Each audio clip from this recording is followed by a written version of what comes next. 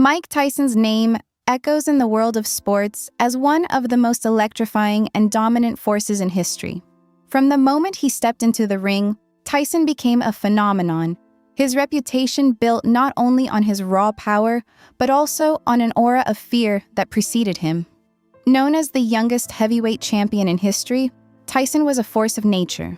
His quick and devastating victories, like the 91-second destruction of Michael Spinks, solidified him as a spectacle, an event rather than just a fighter. But behind the thunderous punches and dominating performances, Tyson's journey was far from simple. Growing up in the tough streets of Brooklyn, his path was shaped by abandonment, struggle, and a deep desire to prove his worth. At 59, Tyson finds himself in a different arena now, facing personal battles that no knockout could ever silence. Early struggles, the silent absence of a father. Mike Tyson was born into a life marked by early absences. His biological father, Purcell Tyson, was a shadow in Mike's life, a man whose face Mike could not even remember. Shortly after, another figure, Jimmy Kirkpatrick, briefly filled the role of a father before leaving as well. The constant disappearances left Mike with a sense of abandonment, something he would carry throughout his life. His mother, Lorna Tyson, fought tirelessly to keep the family afloat, but they were constantly on the move, often staying in rundown apartments. As a child in the tough neighborhood of Brownsville, Mike was exposed to the harshness of life early on. With oversized glasses and a lisp, he became an easy target for bullies, and his sense of invisibility became a part of his daily existence. People didn't hate him, they simply didn't see him. A life of survival, finding solace in pigeons. In the midst of the chaos, young Mike found a small refuge in the most unexpected place, on a rooftop with pigeons. There, away from the cruel world of the streets, he felt a connection, a moment of peace. Feeding the pigeons crumbs from his school lunches, Mike created a world where he mattered. Unlike the people who came and went in his life, the pigeons stayed, offering him a sense of safety and love that had otherwise been absent. But that brief peace was shattered one day when a neighborhood boy killed one of Mike's beloved pigeons. To others, it was just an act of cruelty, but for Mike, it marked the loss of his final refuge. In that heartbreaking moment, something inside him snapped. He vowed never to feel powerless again. The streets of Brooklyn, a desperate search for belonging. That vow led Mike to the streets of Brooklyn, where he fell into the orbit of the Jolly Stompers, a local crew with ties to the criminal underworld.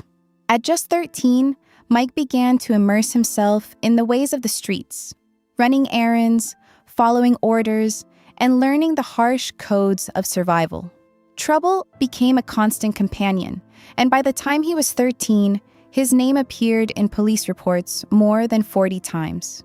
As the brutality of street life wore on him, Mike found solace in abandoned buildings, where he practiced his fighting skills, throwing punches into the empty air. Each blow was a promise that he would never again be humiliated. His journey was one of survival, where each day was a battle for respect and recognition. The harsh road to redemption, discipline, and training. Cus D'Amato became more than just a trainer to Mike. He became a father figure, offering the stability and guidance that Mike had always longed for. Under Cus's mentorship, Mike's training intensified.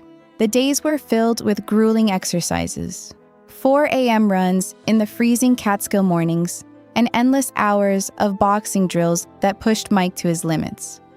Pain became part of the process, and through it, Mike learned discipline. Cus instilled in him the belief that power without control was dangerous, and it was through discipline that Mike could truly master his potential. The training wasn't easy, but it shaped Mike into an unrelenting force in the ring. Despite the pain and exhaustion, Mike began to believe that he could be the champion Cus had always said he could be. The loss of Cus D'Amato, a void that could not be filled. In 1982, tragedy struck once again.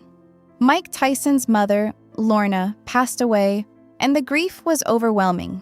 Mike mourned not only her death, but the fact that she never saw him achieve the success he had worked so hard for. The loss deepened his sense of abandonment, but Cus was there, offering guidance and stability during this turbulent time. However, in 1985, Cus D'Amato passed away, and Mike lost the one person who had truly believed in him. His grief was compounded by the feeling that the person who had shaped his future was no longer there to see it. With Cus gone, Mike was left to navigate the world of boxing without the anchor he had come to rely on. The loss of Cus marked the beginning of a shift in Mike's life, a shift that would change everything. Rising to glory, Tyson's undefeated reign. Despite the void left by Cus, Mike Tyson's rise in the boxing world was unstoppable. In 1985, at just 18 years old, Mike made his professional debut. His opponent, Hector Mercedes, lasted less than 2 minutes. Over the next year, Mike's career accelerated rapidly. With 15 wins in 12 months, each more brutal than the last, Tyson became a sensation. His reputation for quick knockouts spread like wildfire, and soon he was facing some of the biggest names in boxing. But with the fame and success came pressure. Mike, now carrying the expectations of a world watching him, found himself struggling with a deep fear of failure. The fear was not of losing, but of disappointing the people who believed in him, especially Cus. The peak. Iron Mike's undisputed reign. By 1986, Mike Tyson was on a tear through the boxing world. In a career-defining moment, he defeated Trevor Berbick to become the youngest undisputed heavyweight champion of the world at just 20 years old. Tyson continued his reign, defeating champions and setting records, all while his fame and fortune grew. Yet, despite the successes, there was a growing emptiness inside him.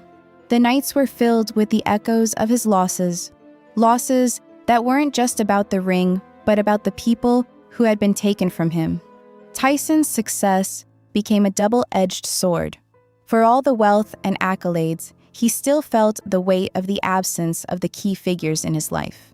He wished more than anything that Cus could have been there to witness his achievements. The shadow of success. Tyson's downfall begins. As Mike Tyson's career reached its peak, the cracks began to show. After the loss of Cus, Mike's focus began to waver. His training became less disciplined, and the people around him, while offering access and temptation, failed to guide him in the way Cus had. The cracks didn't appear overnight. They crept in, slowly eroding the structure Cus had worked so hard to build.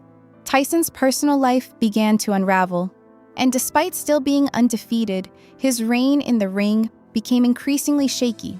Street altercations, his marriage to Robin Givens, and a growing list of issues outside the ring signaled that Tyson's world was beginning to fall apart. By early 1990, at just 23, Tyson arrived in Tokyo for his fight with Buster Douglas, undertrained and unfocused. What happened next would change the trajectory of his career forever. The fall, Buster Douglas, and the end of an era. In February 1990, Mike Tyson faced Buster Douglas in one of the most shocking upsets in boxing history. For the first time in his career, Tyson was defeated. The loss was not just a blow to his undefeated record, but to the very identity he had built around being unbeatable. The defeat marked the end of an era for Tyson, and from that moment on, the cracks in his personal and professional life widened. Tyson's career and life had been shaped by his powerful desire to avoid the pain of abandonment. But in the end, it was his inability to deal with the loss of those who truly believed in him that led to his downfall.